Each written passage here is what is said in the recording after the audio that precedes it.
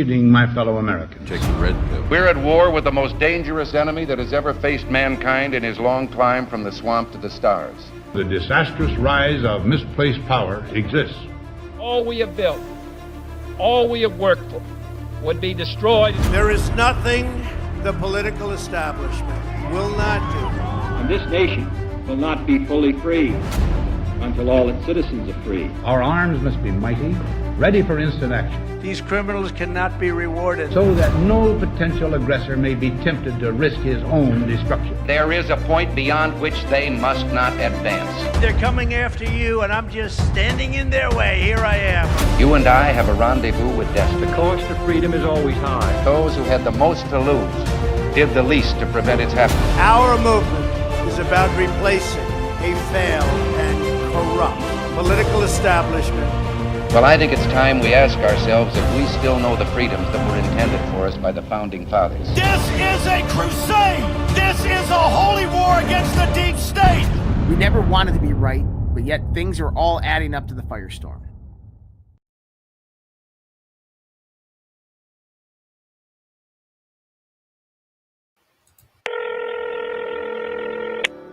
Tough break for Tammy, huh? You just started a war.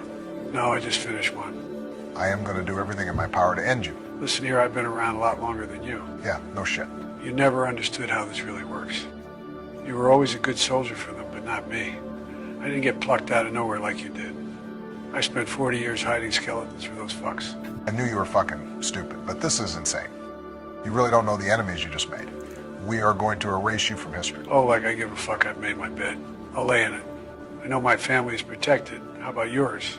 How long do you think before investigations start? How long do you think you'll stay useful to them? Besides, give yourself some credit. You were the one that dared him to run, but now I gave him the Oval Office. How about you? Joe, what the fuck did you do? I don't remember. I'm just a crazy old man, right? Did you make a deal with him? Like I said, my family's protected. Hold on, I got someone who wants to talk to you. Hello, Barry. It's been quite a long time, hasn't it? This isn't fucking over. I'm not an idiot, Barry. I just play one on TV.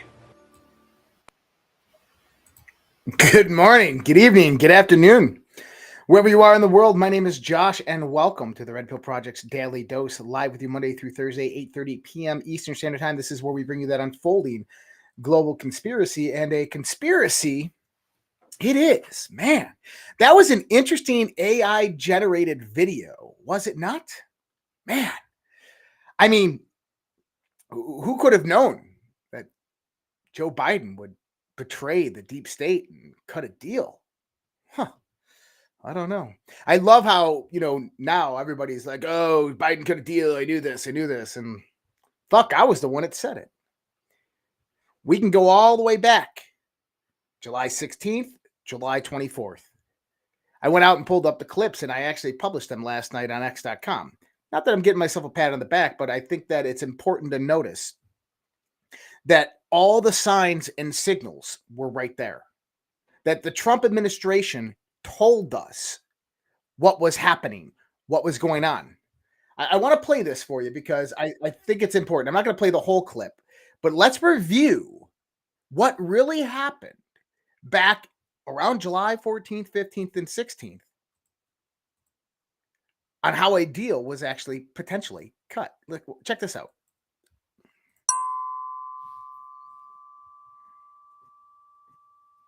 Donald Trump says something really interesting here. Donald Trump is talking to Bobby Kennedy. And he's talking about the shot.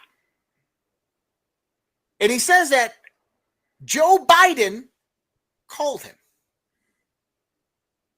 What? Joe Biden wanted to fight him in the schoolyard at 3 p.m. Joe Biden called Donald Trump. Asked him, how did you miss that bullet? How did you dodge that bullet? Talking like they're friends.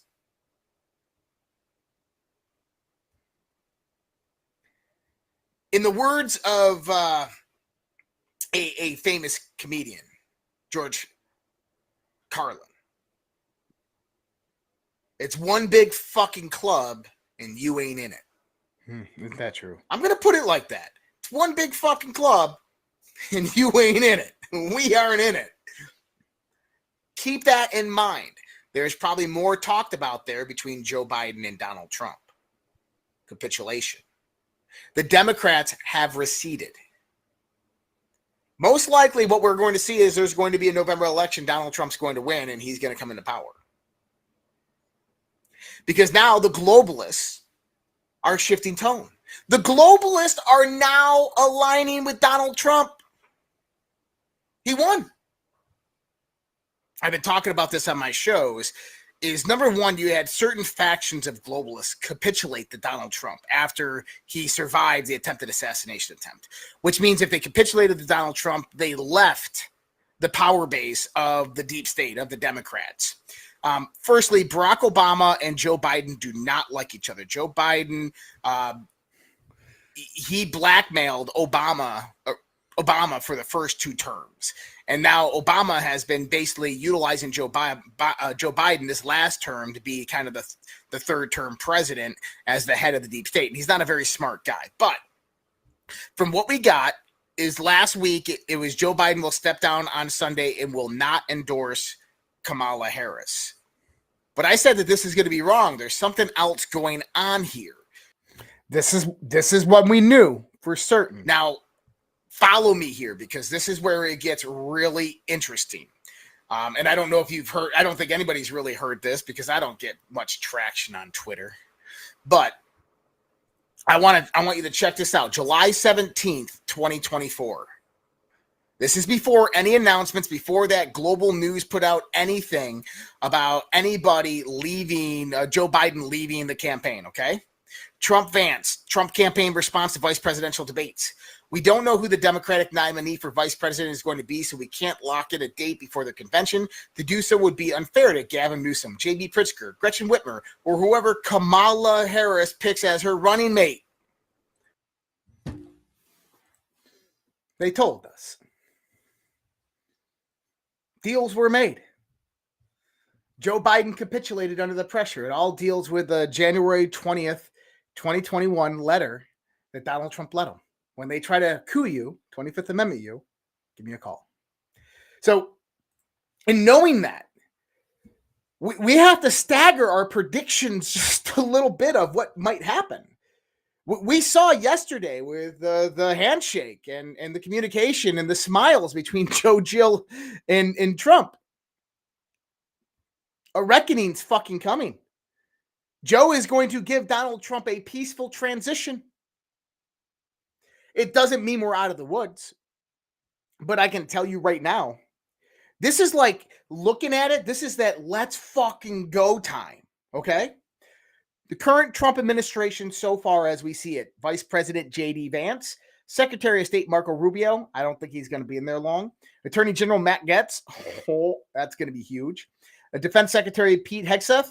Homeland Security, Kristi Noem. National Intelligence, Tulsi Gabbard. National Security Advisor Mike Waltz, CIA Director John Radcliffe, White House Chief of Staff Susie Wiles, Senate Majority Leader John Thune, EPA Administrator Lee Zeldin, Administrator of the United Nations Elise Stefanik, White House General Counsel Mike McKinley, Deputy Chief of Staff Dan Scavino, Border Czar Tom Homan, Ambassador to Israel Mike Huckabee, Governor Efficiency Advisors Elon Musk and Vivek Ramaswamy, and then Middle Eastern Convoys Steve Witkoff, and then there's a few others that were named today. So I know that people are like, holy shit, like, why is he picking Rubio? Why is he picking some of these pro-Israel Zionist types of people? I got a really good reply to that. And I'm going to talk about all of this in perspective in a second. First, I want you to listen to Dan Bongino, because Dan Bongino is really going to kind of speak some logic into all of this pertaining to Donald Trump's appointments. And I think that he does a really good job here. Tim Pool, he's a great Tim Cast. He has one of the best live streams out there at night. We love Tim Pool. He said a very nice compliment out there. He was like, guys, Dan Bongino is the news. I'm not the news. You guys are the news. You guys have made the news. But one of the things I think you guys really enjoy about the show, I hope, is that I try to fit things into a construct that makes sense. You always gauge the success of a tactic by the response of your opponent. Do you notice how The response to Rubio and Ratcliffe has been muted, but the response to Gates and Hegseth hasn't. The left is losing their minds. Pete Hegseth is now the nominee for defense secretary, a huge job running the Pentagon, and Gates at AG. Folks, all the right people are losing their minds. This is what I mean by this. I want you, please, get them those horse blinkers on right here. Look straight ahead. This is super important. When the people who hate you and have weaponized government to destroy the constitutional republic, Donald Trump and you, the MAGA crowd, when the people who hate you are furious about something, they're furious about it for a reason, because they know there is a legal reckoning coming. That's why. And Trump, you've got to trust the plan. Trust what he's doing. Now does, gosh, I want to fuck this up. Now does it make sense why he's appointing people in this order? Some people, folks, are more mainstream picks. I told you yesterday, please listen to the show, and some of you got upset at me. It's fine. It's a family. I'm not the king here. I'm not the dad. I'm just part of the family like anyone else. I'm your uncle who likes some Casa Dragones once in a while. That's it.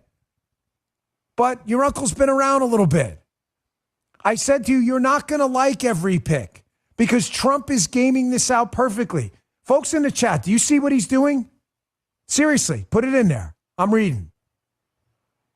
He's announcing some picks that are loyalists. He's not putting anyone who's not loyal in there, but, may not have been the hardest conservatives or MAGA people in the past, but are loyal to him, and he knows they'll get the job done. Got a Rubio, you got a Noam, a Stefanik, a Lee Zeldin. I'm not knocking these people out. I'm just saying he's announcing some of them. He quiets down the temperature on the and then boom, boom. Who's got the people's elbow? Rocket in the chat. The people's elbow comes down. The people's elbow. This is what Rock'em Sock'em Robots is. You hit him, you hit him, you hit him. Then all of a sudden they're like, oh, this doesn't hurt. And boom! You got to love Dan Bongino. But he's right. Like I was saying yesterday, Donald Trump is playing 5D chess. This is a highly strategic methodology that he's going about right now. It was Rhino. It was Establishment Republican. It was AIPAC. And then, boom, Matt Gaetz. And the liberals lost their shit. Literally lost their shit. So I found this kind of interesting. Ginger Gaetz, this is Matt Gaetz's wife, posted this picture today. This was sent to me by the good Roxy out there in the chat. But this was sent to me by Roxy, and this is Ginger Gaetz's image that she posted. If you don't know, that is Matt Gaetz in an El Salvadorian prison. Now, why would he be in an El Salvadorian prison, and why would she be posting that picture today? Basically, fuck around and find out. Because the majority of the illegal immigrants in this country are not necessarily El Salvadorian. The MS-13 is long since gone. It's traded agua, which is Venezuelan. I think we'll find out. I think we will soon find out. But we're going to send them all back. We're going to send them all back. And, I've seen a lot of illegal immigrants even come forth and say they're supporters of Trump, and, they wouldn't be sad if they had to leave. But understand that those will be the last to go, the ones that are actually contributing to society. And I think that the Trump administration will look at every single aspect of illegal immigrants who are coming into this country. And the ones that are criminals, the ones that are violent, rapists, human traffickers, drug traffickers, murderers, they're going to be eliminated, or they're going to be at least sent out of this country to places like El Salvador. So we have a reckoning coming, and it's coming fast. And we are seeing absolute fear in the eyes of the deep state. Anthony Blinken today announced that every dollar we have at our disposal will be pushed to Ukraine between now and January 20th, when Donald Trump takes office. Why is he saying that? Why is the Secretary of State Blinken saying that? He's saying that because that is their money laundering operation. We know how this system works with taking U.S. taxpayer dollars, sending it to the foreign countries, and then splitting that up amongst defense contractors, NGOs, NPOs, the IMF loans within various different Ukrainian banks using U.S. funded taxpayer dollars to open up collateralization accounts. This is money laundering operations 101. And Anthony Blinken just said that, well, fine, we're going to pay ourselves gallantly before Donald Trump takes office, is what he's truly saying. It's okay, Anthony Blinken. The hammer of justice is coming. It truly is coming. And we can feel it, man. It is in the air. Today, Elon Musk met with Iran's ambassador to the United States, and they reportedly engaged in discussions on easing tensions between the U.S. and Iran. At the same time, an article appears from Israeli sources stating that the Trump administration is working to topple the Iranian regime. I found this quite interesting. The new Trump administration is working to topple the current Iranian regime and replace it with a new regime. Where have we heard that before? Who has been saying that since the death of President Raisi? It's exactly what's going on. Khamenei is losing massive support and power. And Israel has been one of the precursors during the Biden administration to begin that process of limiting that web of influence of Iran. So speaking of Elon Musk, this is where it kind of starts to get into the good stuff. Elon and Vivek's first target, $6.75 trillion of government waste. The deep dive into federal spending reveals some truly jaw-dropping examples of waste that Trump's new Doge team will tackle. $1.3 billion sent to dead people, $171 million in benefits to prisoners, $101 billion in improper medical care payments, $70 billion more planned for COVID response through 2026, $7 billion annually for mostly empty federal buildings. Former retired officials like Fauci still getting $15 million security details. The waste gets even more bizarre. $549,000 for Russian cat experiments, $3.7 million to study gambling monkeys, $20K for drag shows in Ecuador. If the IRS employees can't figure out how to pay their taxes, how do the rest of us? Says Watchdog CEO John Hart, noting that the IRS workers owed $50 million in unpaid taxes. This is exactly why Elon and Vivek will post all Doge actions online to expose and eliminate what Hart calls spending that has been on autopilot, where there is no real thought or purpose behind it. There is thought and purpose behind it. See, this $6.75 trillion of spending is money laundering. That's what it is. It's money laundering operations. They take $20 billion, they give it to a program that gets distributed out to these government contractors, the NGOs, to all of these organizations. That money does nothing real. The grants are nothing real. These people aren't going out there and doing what they're supposed to with the money, but instead contribute back to political campaigns and put massive amounts of investments in the political PACs. It's the circle of money laundering. And that's all going to be uncovered. And Ron Paul is been invited to work with Vivek and Elon Musk by Vivek yesterday. This is going to be great. But listen to what Ron Paul has to say. We have visited with both Musk and Ramaswamy, and they're very, very dedicated. And I think they truly believe that they can cut a couple $1 trillion off the budget. But I don't think my problem with that is that will awaken a lot of people. You can't cut $2 trillion or without annoying a couple people. Annoying a couple people. You want to talk about annoying a couple people? What happened today with Donald Trump's HHS appointment? It's time to make America healthy again, isn't it? We're going to be talking about that in the second half of the show, Making America Healthy Again, with Robert F. Kennedy Jr.'s appointment to the Secretary of the Health and Human Services, which means that he'll be an admiral, wearing an admiral suit, which will be kind of interesting, but it's going to be absolutely epic to see what he does. We're already hearing reports of massive amounts of HHS lawyers and employees are quitting. Like, his job he hasn't even started the job, and he's already getting the job done. Now, we talked about Rubio yesterday, the Secretary of State appointment. And I've been saying since the rumor came out that it's okay because Rubio's position in Senate is going to be replaced by Lara Trump. And this was kind of interesting because this just happened today. This just came out today.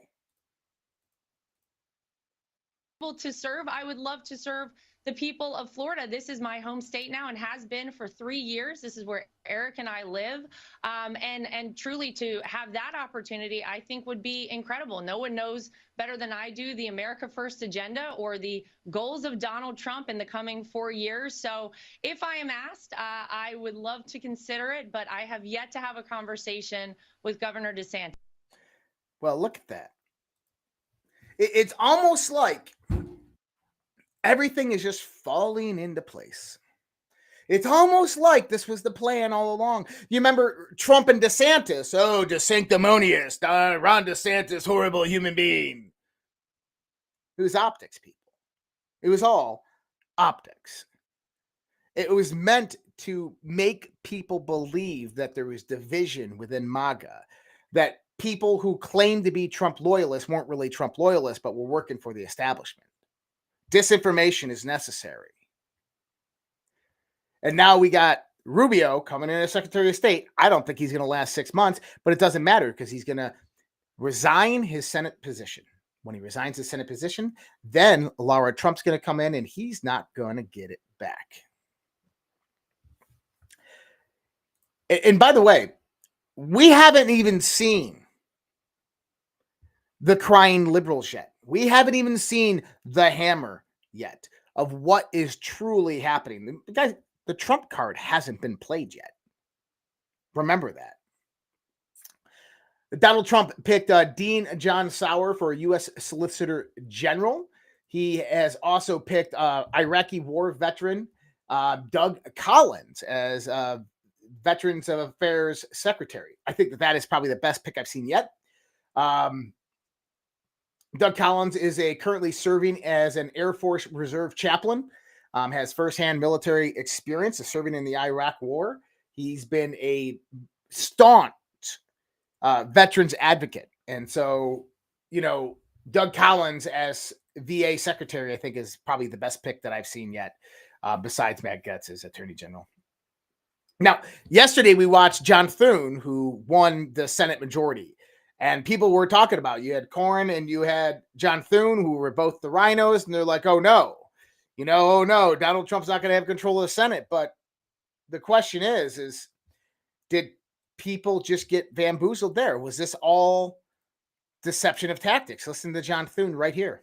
So you've said that you would do recess appointments if it came to that. What's the threshold for getting to that point for recess appointments? Well, what I said is, Brett, and I think this is that all options are on the table, including recess appointments. Hopefully it doesn't get to that, but we'll find out fairly quickly whether the Democrats want to play ball or not. And I think part of it is getting these folks. We'll start having confirmation hearings as soon as the new Senate is sworn in January. President takes the oath of office January 20th. By the time he takes the oath of office, hopefully a lot of those nominees will be through their confirmation hearings and will be ready to act on them on the Senate floor. And then it's a question of how much do the Democrats resist or object or try to block those nominations from going forward. And we're going to grind them out. I mean, we're just going to keep consistently moving, and we'll see what kind of cooperation we get. And then we'll, like I said, we'll make decisions about where do we go from there. So you've said. John Thune later came out and said that he's 100% in support of Donald Trump's America First agenda and is going to move forward with all of Donald Trump's appointments. Now, we got to hold him to that. Let's see if that actually happens. But I think that there's a good possibility that we see this actually transpiring. And I think that John Thune has political admirations, and maybe something was promised to him. That's how deals are made. Elizabeth Warren today on X. RFK Jr. poses a threat to public health, scientific research, medicine, and healthcare coverage for millions. He wants to stop parents from protecting their babies from measles, and his ideas would welcome the return of polio. I have a lot of questions for him at the Senate hearing. They are melting down, people. One of the interesting things about what Elizabeth Warren says here is, infants get hepatitis B shots. which is an illness that is spread through sexually transmitted diseases, typically in adults and drug users. Why are babies getting that vaccine? That's a question to ask. That's something that Elizabeth Warren would not ask because she's in bed with the pharmaceutical companies, takes in millions of dollars each year from Pfizer, Moderna, and everybody else. Now, one senator that we should be seeing coming in is Kari Lake. Now, I haven't necessarily been a supporter of Kari Lake or whatnot. I tend to just stay neutral on that situation. But I do believe that the election in Arizona was absolutely stolen from her. And I believe that Maricopa County was the ones that did it. Listen to this guy's assessment of what happened there in Arizona. What are the odds that only one county in Arizona would flip and go to Donald Trump for president and Ruben Gallego for senator, but the other 14 counties stay on the same side of the aisle with their presidential pick and the Senate pick? And why is that one county Maricopa County? So you can see the odd thing here is that every other county in Arizona, you can see the presidential pick is the same as the Senate pick. So on and so forth all the way down until we get to Maricopa County. Maricopa had 1,018,000 votes for Trump and 945,000 for Kamala. And when you look at the votes for Ruben Gallego, he has 1,008,000 and Kari Lake has 911,000. So they're selecting the Democrat here, but selecting Donald Trump here. And to me, that just does not make any sense. You would expect the same patterns and behaviors to exist across the entire state and not be isolated to only a single county. And so that really just, something just seems odd there. It is odd because there was massive voter fraud in this election. See, it was so bad, it was so too big to rig that they couldn't even steal the House or the Senate, but they had to preserve at least the Republicans from not getting what is considered to be a supermajority, which they would have had. We are seeing rampant voter fraud all throughout the board, and we have to understand that this is going to be dealt with. That the Matt Gaetz Department of Justice is going to investigate this. That Congress, the Republican-dominated Congress, is going to investigate 2020, 2024. And I hope what they do is they start at 2024 and they move backwards to 2020. And then they go to 2016 and they open up the can of worms. And this brings out indictments to people like HRC, James Comey, Rod Rosenstein, Barack Obama, James Brennan, Clapper. Because those are the real people who are behind the deep state. They are the real ones that called the shots during the 2020, the 2024 administration of Joe Biden. They are the ones that work behind the scenes to collaborate and collude to steal the 2020 election. So it's an interesting time to watch all of this. I'm going to go into, we talked about him. We'll wait till Tammy joins up and then we'll bring Tammy in. Now, there's a rising concern. Tren de Agua is a Venezuelan gang. TDA is now operating in every city in Tennessee. This is Tennessee, people. I'm just curious when the Tennessee militias are going to rise up and maybe go back into their cities and start taking them back. We do know that on day one of the Donald Trump administration, that National Guard units will be called up and will be moving into every single one of these cities that Tren de Agua have a presence in. I just got word from a very good friend of mine who's out here in Minnesota, works within this realm, that TDA is operating human trafficking operations in Minnesota, taking teenage girls. U.S. Marshals are investigating this. Interesting. So we have a problem with highly violent, radicalized gangs in the United States coming here through Joe Biden's open border. But that is just one small little piece of the puzzle. On the other side, what we have is we have 18 to 35-year-old military-aged men from China that came into our country. Then we have various different militant groups from Northern Africa and the Middle East that came here over the open border. Then on the other side is we have Hezbollah Unit 910, which special operators trained by the Iranian Revolutionary Guard. None of these groups besides TDA have shown themselves to the public or have done anything significant. Why? Because that is the chaos. That is the chaos that is going to come. That is the firestorm that they're going to utilize to try to take Trump down. Most likely now, it's not going to be before the election. It's not going to be before the inauguration, but it's going to be after Donald Trump takes power. It is, we got to remember, from 2016 to 2020, they had resources inside of government that stopped Donald Trump. The Mueller investigation, impeachment 1, impeachment 2, Russia hoax, all of these things.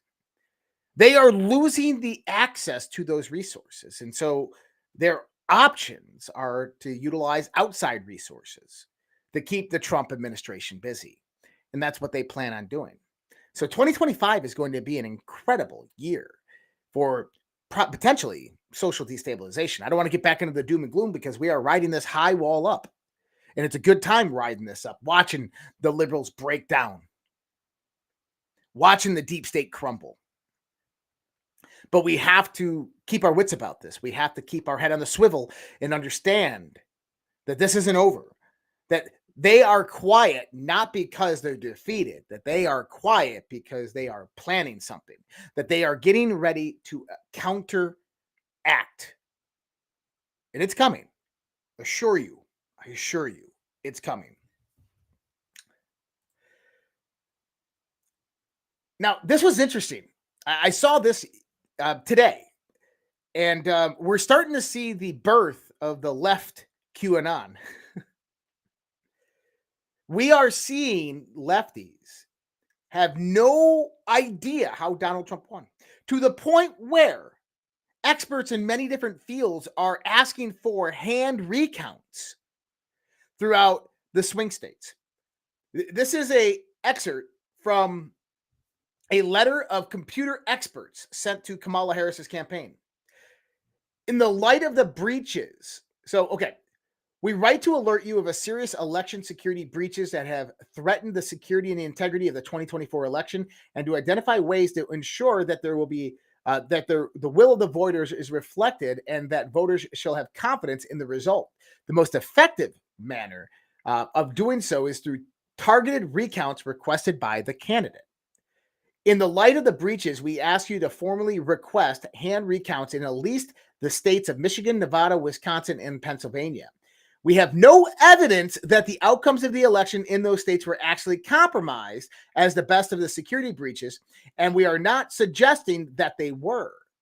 But binding risk-limiting audits on hand recounts should be routine for all elections, especially when the states are high and the results are close. But wait, isn't that what they denied every single one of us in 2020? Isn't that they told us to shut up, sit down, that the courts basically threw all the cases out? And exactly when we were asking that? And the glitch, the security election error that they're talking about here is the one that Michigan Secretary of State, Judge Benson, said that they discovered. That they went ahead with in the election, that they knew during the certification. And they're going to try to turn it on Donald Trump. They're going to try to turn it on Donald Trump and ask for hand counts. Well, that'll be interesting. FDA employees are quitting in record numbers as RFK Jr. is nominated to the Secretary of Health and Human Services. And I said, seems that they are making his job a lot easier because they're already quitting. Is going to make America healthy again. And before I bring in my two guests, we're going to pop this up here and we're going to listen to what RFK Jr. really has to say and what we have to expect with what is about to come with him as the new Health and Human Services Secretary. This is what most Americans innocently put into their bodies these days, and most alarmingly, into the bodies of their children. And it's no coincidence that Americans die earlier than Canadians or Germans or Italians or Japanese or Koreans or Australians or most any other comparable country. And it wasn't always that way until the early 1990s. Our life expectancy was the same or better than other developed countries. Then suddenly, more and more Americans began suffering from chronic diseases, from obesity, cancer, diabetes, kidney disease, Alzheimer's, heart disease, and all kinds of autoimmune diseases. Our maternal mortality rate soared to the highest of any developed country on earth. Same with infant mortality. Like the frog in the slowly boiling water, we didn't really notice as we got sicker and sicker. We've grown now to accept chronic disease conditions as normal. But now, in 2024, we're finally waking up to this cataclysm, and we're asking ourselves, how in the world did this happen? Well, a big part of it is our diet. Restaurants that serve contaminated food are fined or shut down. But when it's the government that approves the poisons in our food, a few people get very, very rich, and the toxins end up in every supermarket aisle. Let me show you what I mean. Doritos, Cheez-Its, Cap'n Crunch, gummy bears. Everyone knows that these are junk foods, so maybe you wouldn't be too surprised to see that the ingredients include a lot of poisons, including a harmful yellow dye called tetrazine, or yellow dye number 5. What you may not know is that this dye was originally made out of the sludge that's left over when you turn coal into coke for blast furnaces. It's called coal tar, and I've actually sued many big industries for legacy contamination of coal tar all around the country because it's so toxic and it's so harmful to the environment and human beings. A century ago, it was just an obnoxious industrial byproduct that everybody was trying to figure out ways to get rid of. One of the ways that they did that was by paving roads. But then a British chemist figured out that the coal tar could be used to derive fabric dye. And if fabric dye, why not food?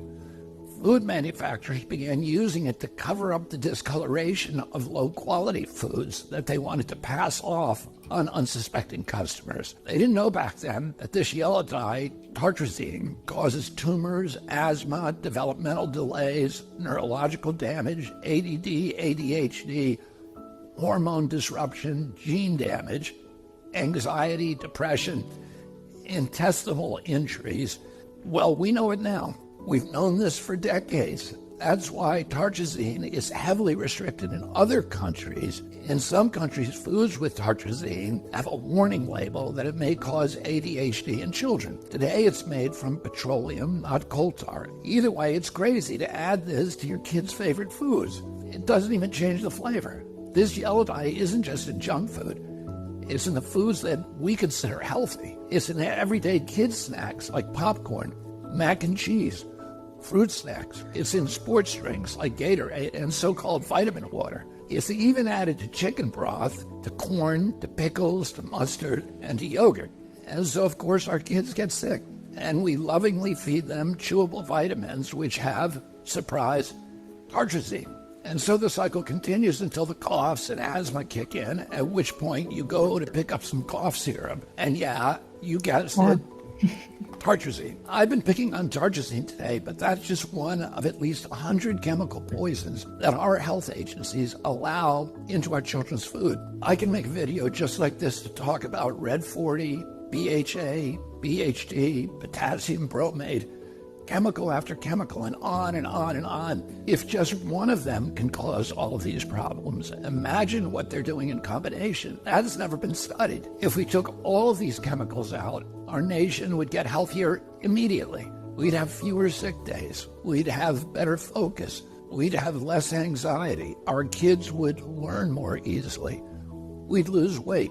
We'd have more energy. We'd have fewer tumors and longer lives. It's not all dark. Over the past 16 years, the government has banned 8 chemical additives that cause cancer, genetic damage, asthma, and many of the other self-conditions as tartrazine does. And you know what's interesting? All 8 of those crucial steps forward in our kids' health were taken under President Trump. But the Democrats who claim to be all about health care have stood by watching other countries ban these poisons and make our kids sick, asthmatic, hyperactive, and depressed. They left them on every supermarket shelf in America. They even used your tax money to put them in your kids' school lunch. So their big food and their big ag donors probably gave them all that golden handshake and the big money hug. And their big pharma donors probably called them up and thanked them also, because now they're going to make billions selling Adderall, Prozac, and rescue inhalers. Enough is enough. President Trump and I are going to stop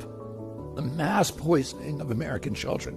Together, we're going to make America healthy again.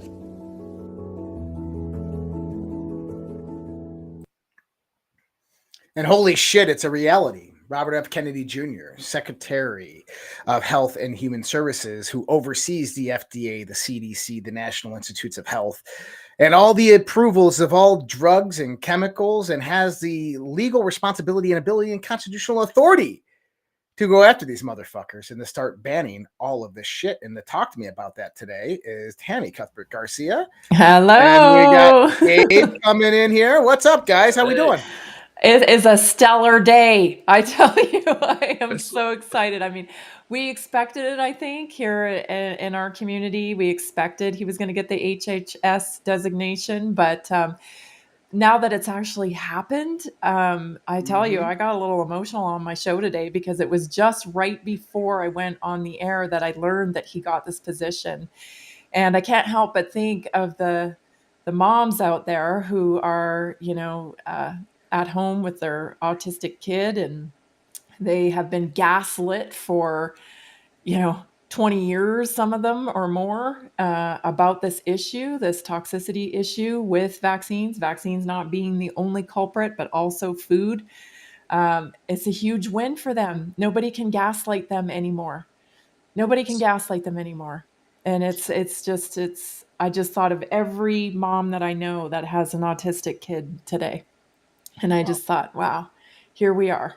This is amazing. It's absolutely amazing. It's fantastic.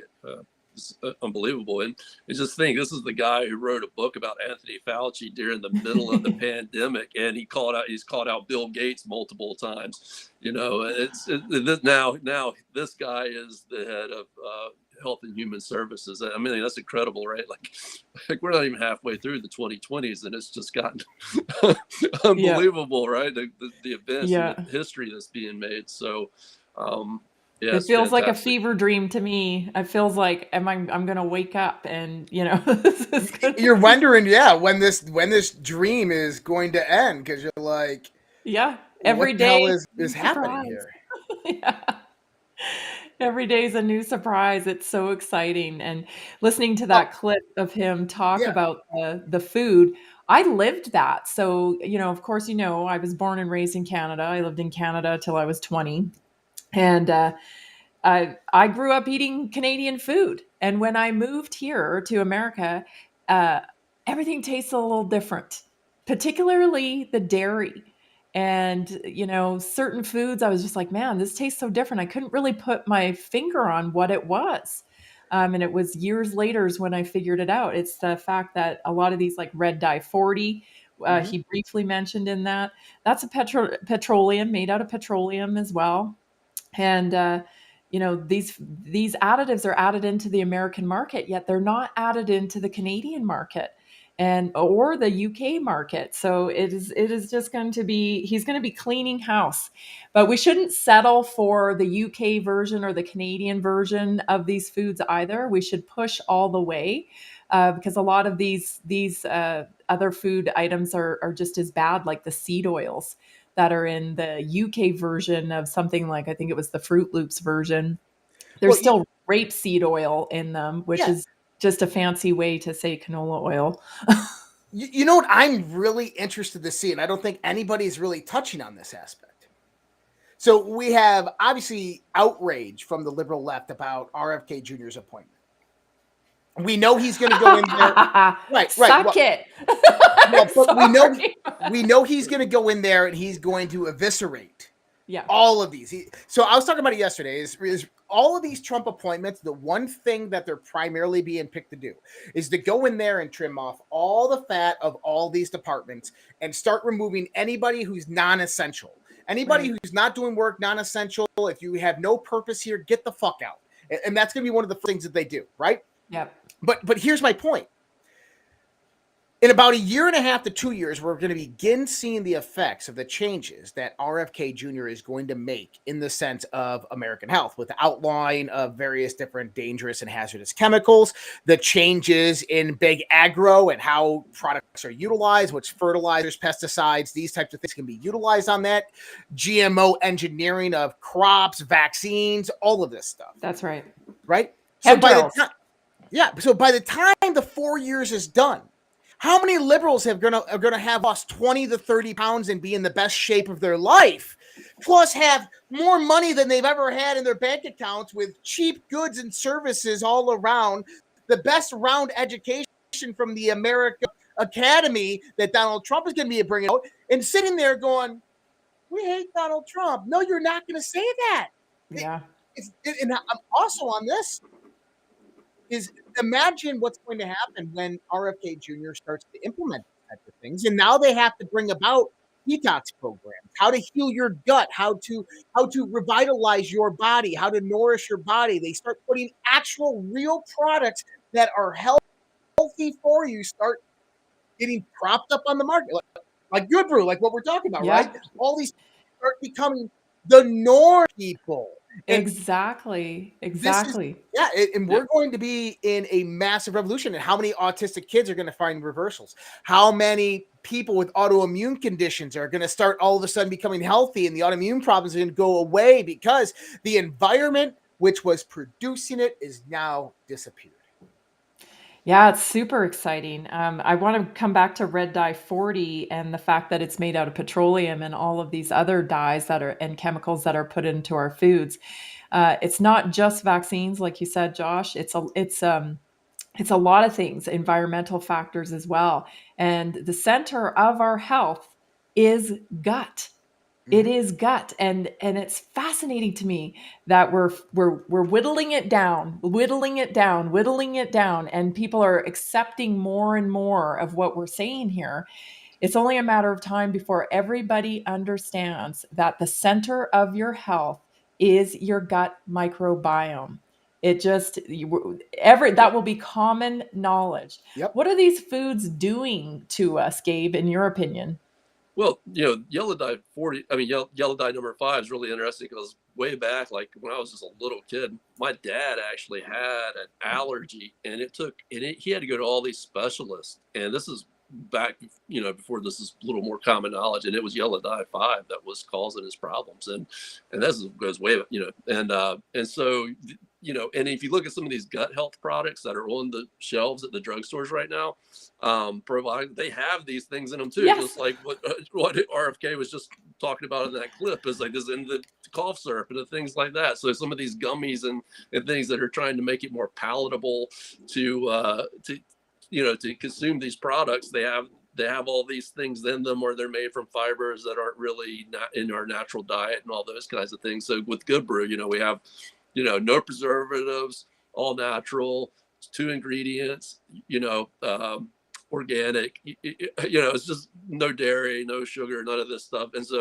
it goes great in these beverages. So yeah, these things are going to make us a better society. I mean, just think about back when PE, physical education, was this important part of education, and everybody knew that. And then people started complaining, well, kids don't get outdoors as much now, they're not going out and playing, that's causing all these problems. People are aware of just these abnormalities, but it was like this slow process of just cooking us, slowly and slowly, as we started to accept more and more of these things. And then obviously all the drugs that the pharmaceutical industry started to put on us, and they were making big money and huge money, and so they didn't really particularly have an incentive in really curing problems. And so so this is going to affect our society, our decision making, making the whole economy better. I mean, it's going to go into a lot of different levels. It's just like GoodBru is a foundational product for your gut health. Overall,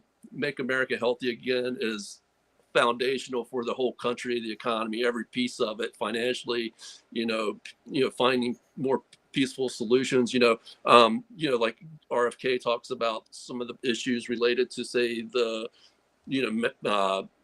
mass shootings and things like that being related to SSRIs, SSRIs and those kinds of things. Yeah, well, your gut health is directly related to your mental health. And I think I'm not going to go too deep in here, but I know Josh likes these kinds of subjects. But this whole idea of consciousness being related to quantum mechanics and the collapse of wave functions. So there's this idea that even consciousness of being a more conscious person or a more conscious society is directly related to your health. In other words, the healthier you are, the more conscious we are. And that's, very important to mankind, and it's crazy that you look around the world and how many people in this globalist, agenda don't want people to be conscious. They want them to be controlled. And so this relates to everything about humanity, spirit, health, society,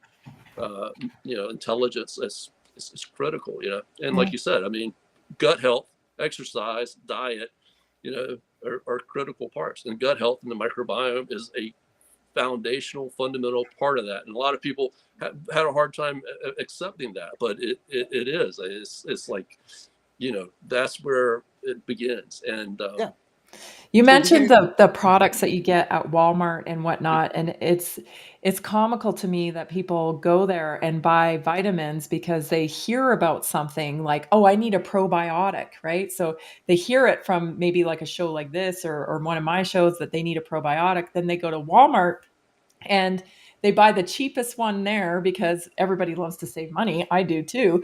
But you might as well throw your money down the toilet if you're doing that, because you're right. They're putting all this. Who's making those products? We're down to like 9 companies that make most of our food.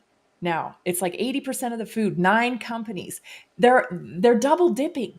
So you think that your vitamins are being made by a different company. They're not. I'll actually say something about that. Yeah. So about 5 years ago, there was a study done on Walmart's vitamin lines and their supplement lines. And one of the things that they've discovered is that the majority of Walmart's vitamins have 80% fillers of silica. Yeah. Sand. Yeah. They're just filling fucking capsules full of sand, 85%. Yeah. And selling them for $20 for $10. Yeah. Food grade wood chips. Food grade wood chips. Yep. That's also a filler. And there's so much money in supplements and doing those kinds of things. It's and of course, GoodBru is a functional food. I mean, we're labeled as food. We're food ingredients. We're organic. But supplement industry, it's kind of like the pharmaceutical industry. Is like there's a lot of money in trying to help people get well, and people want to be better, so they're going to pay money if you tell them that something's going to help them be better. But I can tell you this: with GoodBru, we're answering calls all the time now about people that are like, this has helped me so much. Steve and I just happened to we were on the phone together, and we talked to a guy who's one of both of your listeners. He listens to both of the programs, and he went on and on and on. We talked for an hour about how much GoodBru has helped him. Wow. For 20 years, he had had problems. He's like 2 days. He was like, and I'm not saying that, it's his specific problem. It just started helping. And he's like, I can't wait for, 30 days. And we talked about, his poop for an hour, but that happens. But it was really, really great to hear that. And I had somebody today. I was, chatting with them. They were telling me all these things. They were recommending it to a friend, and this particular lady was having a lot of problems because she was on painkillers, and the painkillers mess up your digestive system a lot. And we have quite a few. Now I know, Tammy, your son, and I think you said your daughter, or I know Josh's daughter had. I think it was Josh's daughter. My son has, he has really, I think it's helped us turn the corner. For years, I've worked on this kid's gut because he was vaccine injured, and that the vaccines wipe out your microgut biome. They do. Mm-hmm. Yeah, we're having a lot of kids, like a lot of people. I mean, Steve, my business partner, his kids too are using it, but we've been getting a lot of people talking about their kids using it, and then asking, is like, can my kids use it? And it's great. It's fine for everybody. But so I don't know. I mean, that's great. The GoodBru is helping children, but it's also why are our kids all having problems? So, so the whole, that would be a great thing to study is, these kids and this might upset some people because, we get kind of attached to our diagnoses. But I personally don't really believe in ADD.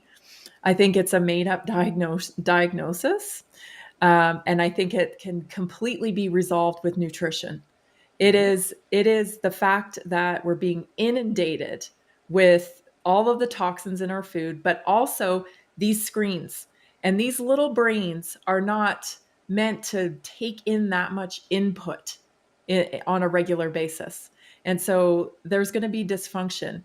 So if you have a child that is, bordering on that diagnosis, if someone's telling you he might need medication or she might need medication, I would beg you to start with nutrition, because you're right. Gabe mentioned the pharmaceuticals. Pharmaceuticals they're petrochemicals. What do you think that's doing to your gut microbiome as well? It's the same as the food dyes, so instead of adding more insult to the situation, really take a step back. Don't connect to diagnosis right away. I know we want to find solutions, and we think that when we get a diagnosis, that's going to help us get a solution in the form of a pill, most likely. And that may calm your fear, your anxieties as a parent. But in the long term, you're creating a bigger problem for yourself. I don't have any problem saying that, because I work with clients who have lived through this. And I see people affected by this all of the time. So you're better off, I know it's hard, especially with kids that are, maybe disruptive with behavior. Maybe they may even have very limited palates, so they don't like to eat certain things. Mm-hmm. But I would suggest reach out and work with someone to start with your kid with nutrition first and foremost, and then work on their gut. Like really focus on their gut, because you'll be amazed what that will do for their behavior. We're right there. Like, this isn't going to be a crazy lady talking about conspiracy theories anymore on her show. This is what you're going to see on, NBC, Drew Barrymore shows, Yeah, and she's going to be so wonderful because she's bringing this to the limelight. Well, yeah, I've been talking about it for, my kid's 21. I found this out when he was 2. Yeah, and the research just keeps piling up on the connection between the gut brain axis and that sort of thing, and it's reciprocal too. So like when people exercise, their gut health also improves, and when they have certain kinds of gut health probiotics or basically a healthy gut, they're also physically more fit, and so it's a reciprocal. And same thing with stress. When we start getting stressed, we're not getting enough sleep or whatever. That also affects our gut microbiome, and in both directions. So better microbiome helps you sleep better, think better, have better just mental clarity, and then it works in the reverse too. And if you just think about it, like just being hungry, just being hungry makes you kind of angry, right? Like hangry or hungry or whatever they say. Right. But the thing with that is that that's kind of a normal thing. But if the gut has that, if you think about it in that way, that's just one piece of evidence to tell you how much connection there is between our brain and our gut. It tells us different things. When we get sick, we start feeling differently, mentally, and or we start feeling tired and whatnot. So there's this huge connection between all of these different things. And I would also say, we were talking breathing, breath work is, if you're trying to have, children, lower stress levels, a lot of people, don't know how much you can develop your ability to breathe properly, and so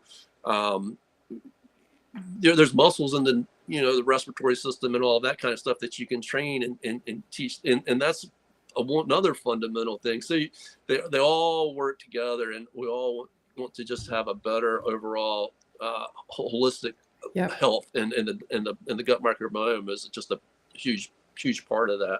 Yeah, we're symbiotic in nature, right? In every way. It's so fascinating when I'm fascinated by the human body all the time. I can't even believe, people abuse their bodies for years and years and years, but yet when they dedicate to 90 days of really getting serious about their nutrition and really starting to work on their nutrition and their gut, it's like the body just responds. It's absolutely amazing that you can beat up your body for decades and then, set aside 90 days and see results. You brought up candy, and maybe we could talk just a little bit about that, how your micro gut biome, when you are a sugar person, right? A sweet tooth. That craving's coming from somewhere, isn't it? Right. Yeah, sure. I mean, it's coming. Yeah, exactly. And sugar is really interesting because it's sort of an indication that the food that we're eating is safe to eat. And so there's a trigger, right? Like to say, okay, this is sweet, we can eat it. It's going to give us a lot of, easy calories or whatnot. But of course, when we start over consuming sugar, it's not good for us. And the gut microbiome has a lot to do with processing sugar, but also when you combine it with just the fiber as well. So fiber, when we eat like a fruit, the naturally occurring fiber in the fruit helps to slow down the way that we absorb the sugar and metabolize it. And so at the same time, if you have a healthy gut microbiome in combination with those fibers, you're going to manage and handle the sugar a lot better. So, and you're also going to have a nervous system that's not going to produce the same kind of hormones and things that are going to keep pushing you towards wanting to have more and more sugar and never satisfying that sugar addiction, basically. And that's an interesting thing too. I'm sure you can talk a lot about how sugar actually qualifies as an addictive substance, but yeah, you know what I think is a really interesting topic, and I bet Josh, you would find this interesting too. I used to work in recovery and addictions for a few years and family services back in Canada. And the one thing I noticed, we would send these people away for rehab and we'd fund it and stuff like that. And then, they'd come back and they'd often need extra support from us. So I would see them on the regular basis. I would see them when they were in their addiction, and I would see them when they were in after recovery. And what I noticed is that a lot of addicts are addicted to sugar. They are addicted to sugar. So they eat like a lot. They would carry around, Smarties is a candy that's really popular in Canada. It's not the little things, it's the chocolate. These ones are chocolate, but they're covered in the dyes. They're like your M&Ms, but they're called Smarties in Canada. And they'd have bags of them, and then I'd see another client and they'd be eating licorice.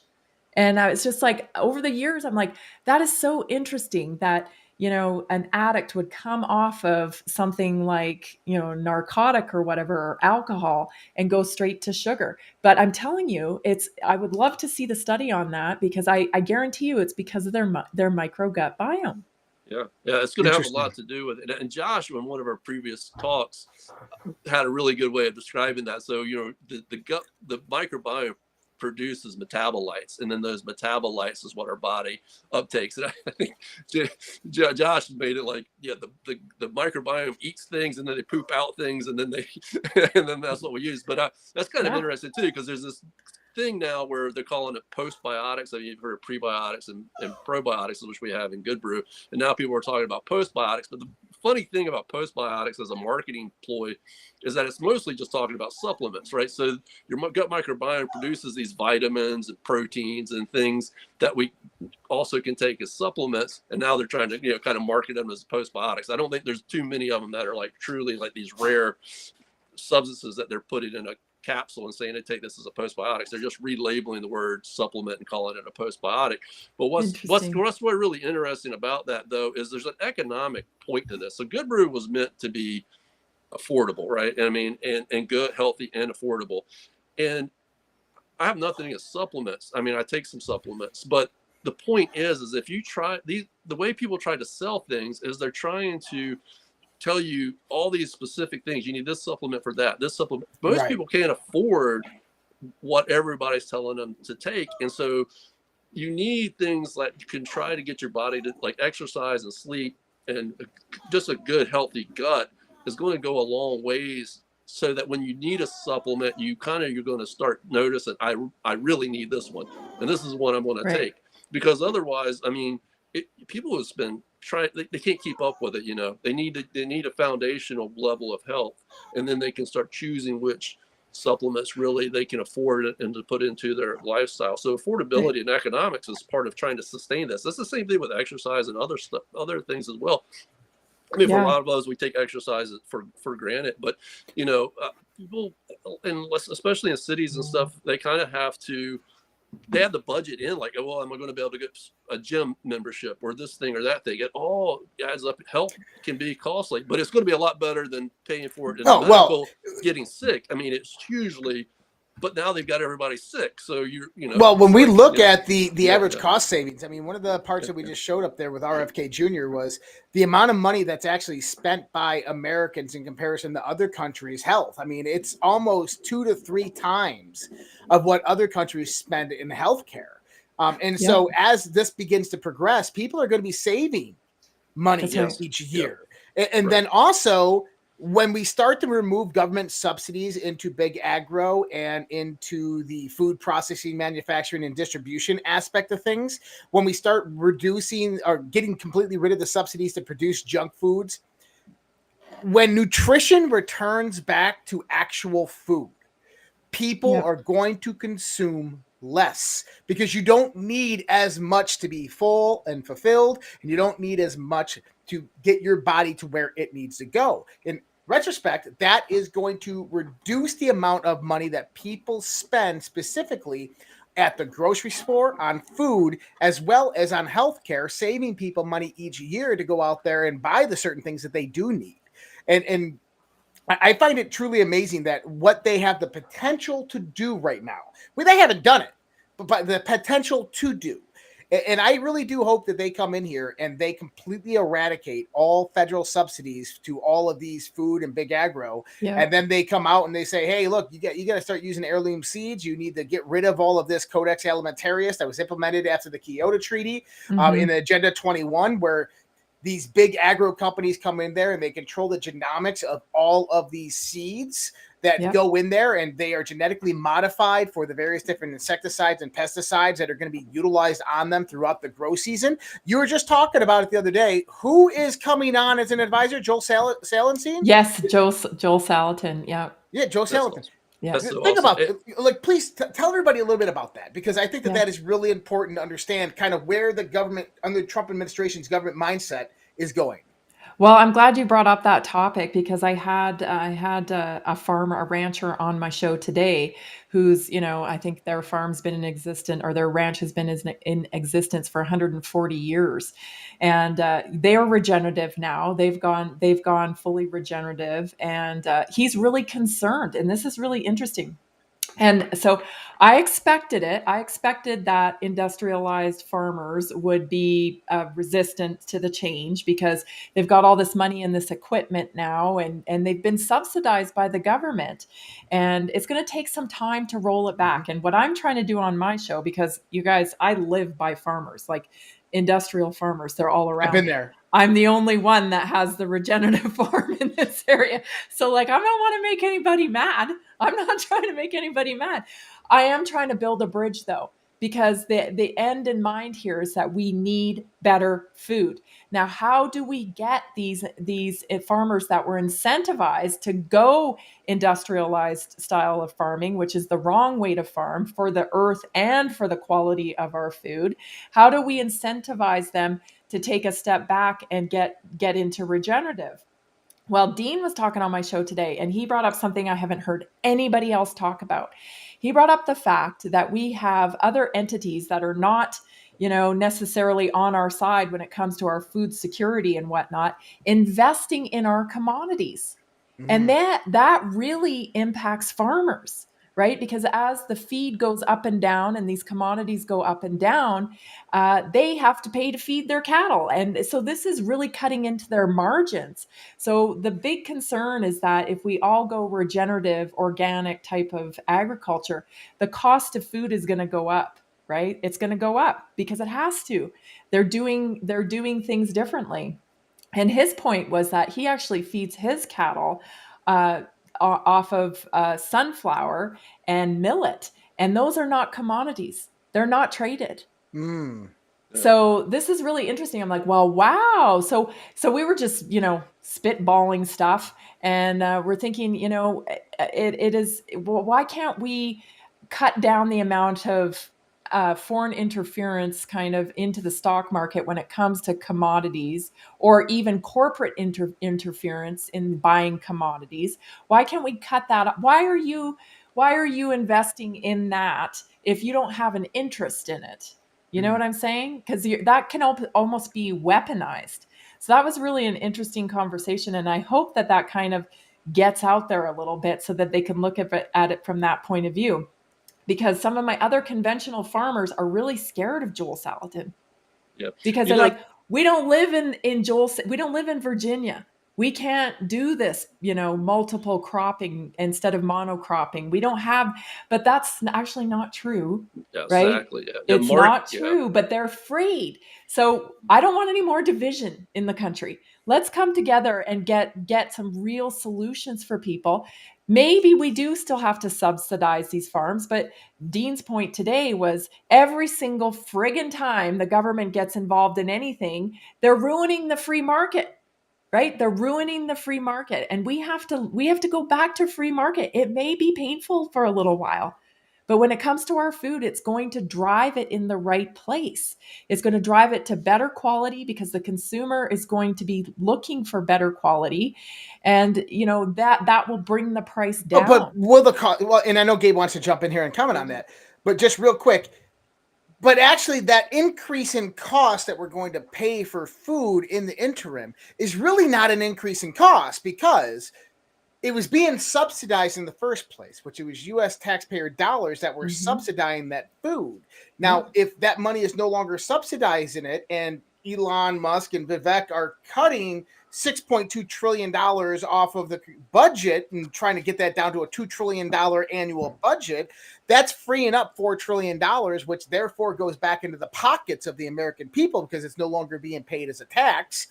Trump is going to basically put out there that nobody making under $250,000 a year as a couple or $100,000 a year single has to pay federal income tax. And we'll see a lot of states probably go the same way, which means that, yeah, it's going to appear more expensive. Yeah. But in actuality, you're going to have a lot more money.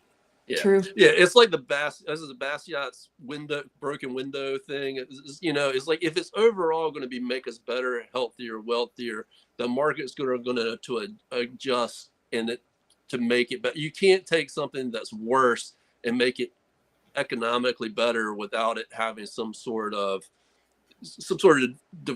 unless it's been manipulated somehow. And RFK did a really good thing on the hog farms in North Carolina.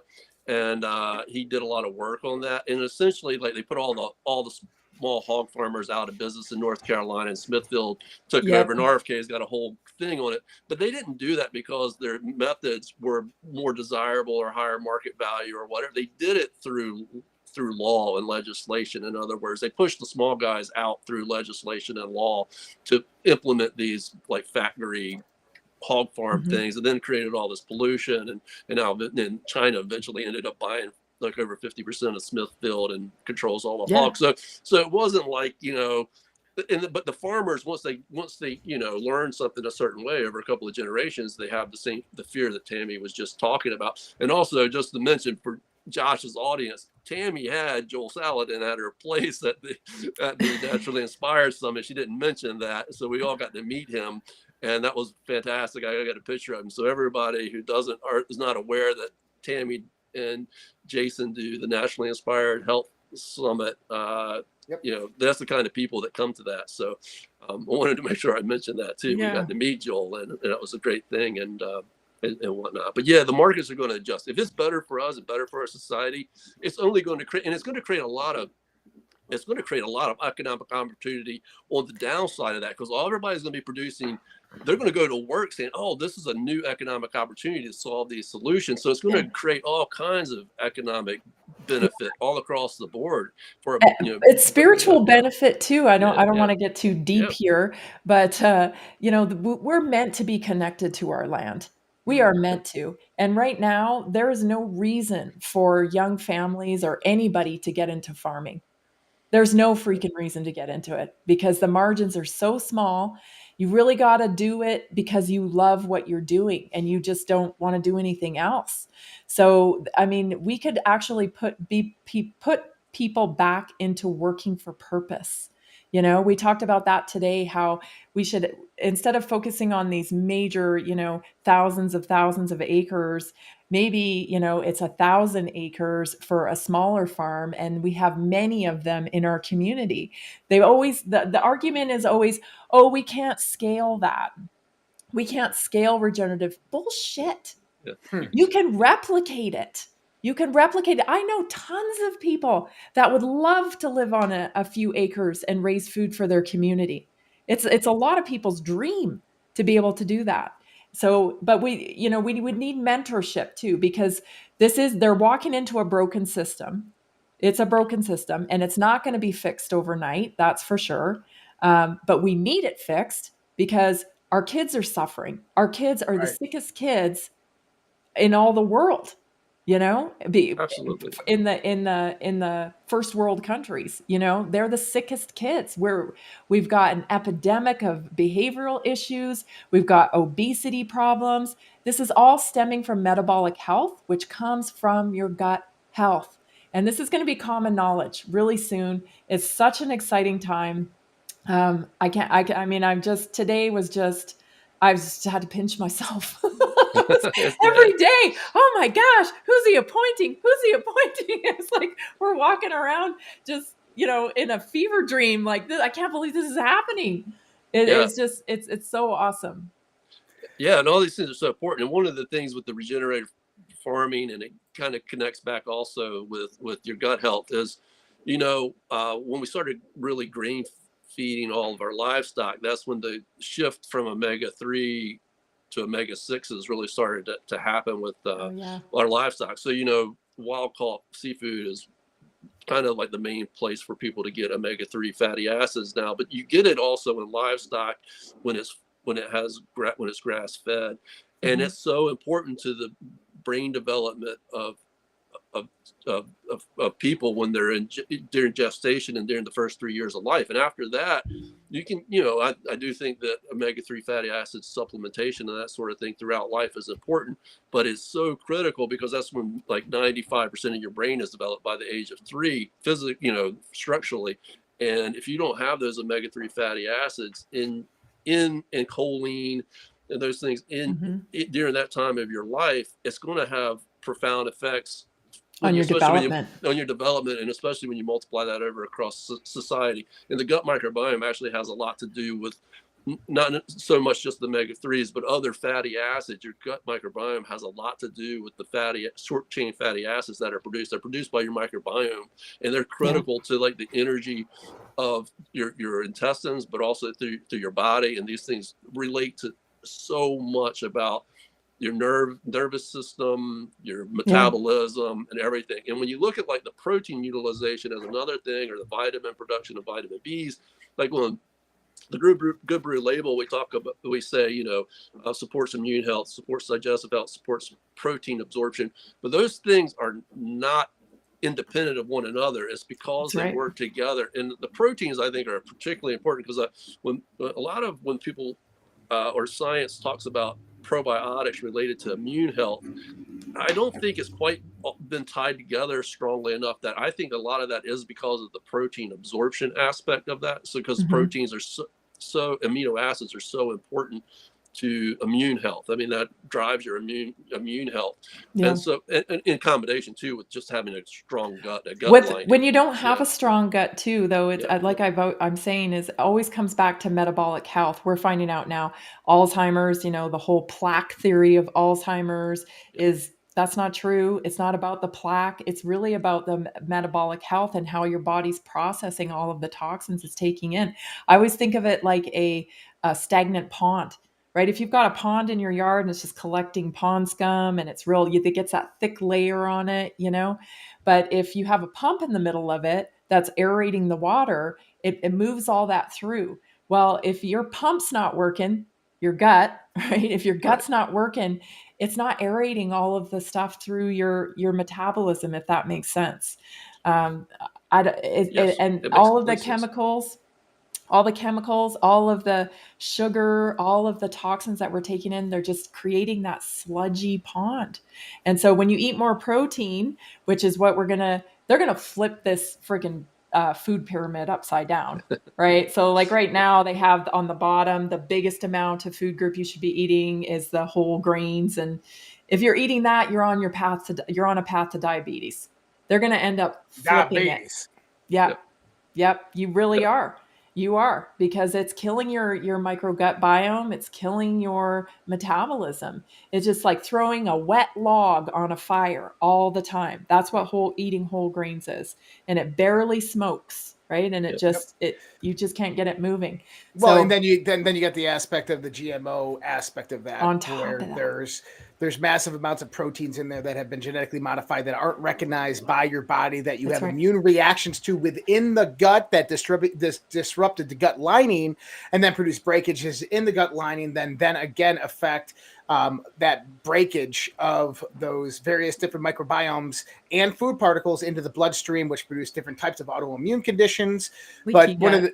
the leaky gut, and then one of the biggest problems comes about with the degraded metabolist aspect, and this is primarily due to mitochondrial dysfunction. Mm-hmm. Yep. And it's one thing that we tend not to think about, but you have ribosomes inside your cells that you have water. What is it? The third phase or the fourth phase of water, the plasma that actually goes into your cells, and you have your ribosomes in there that are eating away all the junk and all the dead cells. And when you have a saturation level around the cells of such high content of insulin due to the amount of sugar in your bloodstream that is being projected out there through this system, and you can't get in the proper nutrition into the cell begins to whittle away inside, and then eventually it will get clogged so it can't move the toxins out for the lymph system to kind of move it out, the bigger pump on the other side to kind of the excretion system. But this produces a massive mitochondrial dysfunction. And so people wonder, like, well, why am I so lack of energy? Why don't I have any energy? The reason is because you have mitochondrial dysfunction and your mitochondria are working at probably 20, 30% of 100% capacity. And, you can, and the great thing about your mitochondrial capacity is you get 100x, 200, 300, 400x. You can increase the amount of mitochondria within your cell tenfold if you want to, but it's all about how you operate your body and how you operate your diet. And firstly, getting healed, starting with the first area of contact with that food, and that is your mouth to your gut. That's right. And so with that, metabolism, where the gut microbiome does a lot of the job that we don't want our cells doing. But when the microbiome gets out of balance, or we're hurt or damaged from toxins, bad diet, whatever, our cells are trying to do the work that we have, that the microbiome really needs to be doing. The cells aren't really meant to be doing that job, and now the cell is trying. And it's physics. It's a physics thing. You're like, there's so much energy that you can produce, and that energy in the cell is trying to only has so much it can do, and it's and it can't produce any more energy. It can't do anymore, and so everything starts to cycle down on itself. You start to, it's like trying to run your car hot, right? I mean, it just eventually it's going to damage the car, and then if the radiator goes bad, everything else goes bad. And your gut microbiome is a little bit like the radiator, it's trying to take care of things before they get out into the rest of the body, Right. And so it's critical. And then if you can, so with like GoodBru, if you can start to rebuild gut health, that supports other microbes. So in other words, it's not like you take GoodBru and this is your probiotic. That's not what is happening. What is happening is you're establishing a better environment in your gut, which is then going to support more of the positive microbes that you want to flourish, the gut flora that you want to flourish, and that's going to start fighting back the bad stuff, and then that's going to create an environment in your gut that's healthy. So bad microbes want to live in a bad gut environment. Good microbes want to live in a good gut environment. So you got to help win that battle, and then we're fighting against just the fact that we have a much less diverse microbiome over years and years of. Yeah, that's where the soil regeneration comes into play. And that's what I mean. There's going to be pushback. Be prepared. I mean, the good news is I don't want anybody to feel like, oh my gosh, we got all these toxins and we're doomed or whatever. You can really turn it around. You know, that's what the miracle of the human body. That's what fascinates me. I was just saying, like, it's fascinating how quickly you can actually turn this stuff around when you start doing the right things. And that's for farming too, right? We can heal the land. We can become profitable farmers doing it the right way, but it's not going to happen overnight, but it needs to happen. And it might be a little bit painful. And as consumers, we need to be aware of this so that we understand what we're working for instead of just complaining and not driving the marketplace in the right way and abandoning the model because it's to this or to that. We got a duty here. Yeah, America should be leading the world on a lot of fronts, and we can't do it if we're unhealthy, you know. And I think in 4 years we will be. Guys, this was a great conversation. We're gonna have to have this one again, especially as we get closer and closer to RFK coming in. You know, I think that this Thursday nights is this where we're talking about Maha. I think that's what Thursday nights are going to be all about is Maha.